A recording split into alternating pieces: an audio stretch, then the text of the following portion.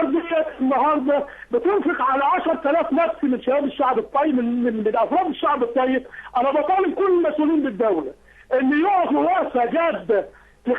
بجانب عمال شركه سمير الوبريات، لان اوضاعنا سائد الى درجه لا يتحملها بشر. طيب، في اطار ما حدث معكم من يعني اعتداء قوات الامن عليكم وعلى الاعتصام الذي نظمتموه بالامس، في 3 من العمال اعتقلوا، هل تم الافراج عنهم ام ما زالوا معتقلين حتى هذه اللحظه؟ انا امبارح طبعا انا مشيت من مقر الشركه مع سياده حسام خليفه اللي هو بالحق يعني تفاوض مع العمال كثيرا قبل فض الاعتصام، وهذا الرجل كان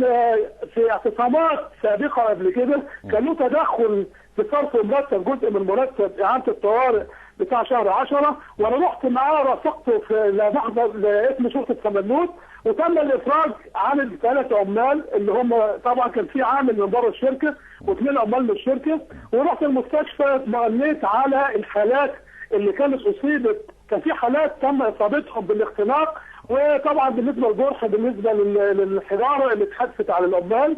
طبعا الوضع امبارح كان مأساوي جدا بفضل الاعتصام، العمال تشددوا مع الجهات الامنيه وما رضوش يفضوا الاعتصام، الحاله النفسيه الصعبه اللي كانت العمال فيها. لذلك انا بقول النهارده يا مسؤولين، انا بناشد كل المسؤولين بالدوله وببعت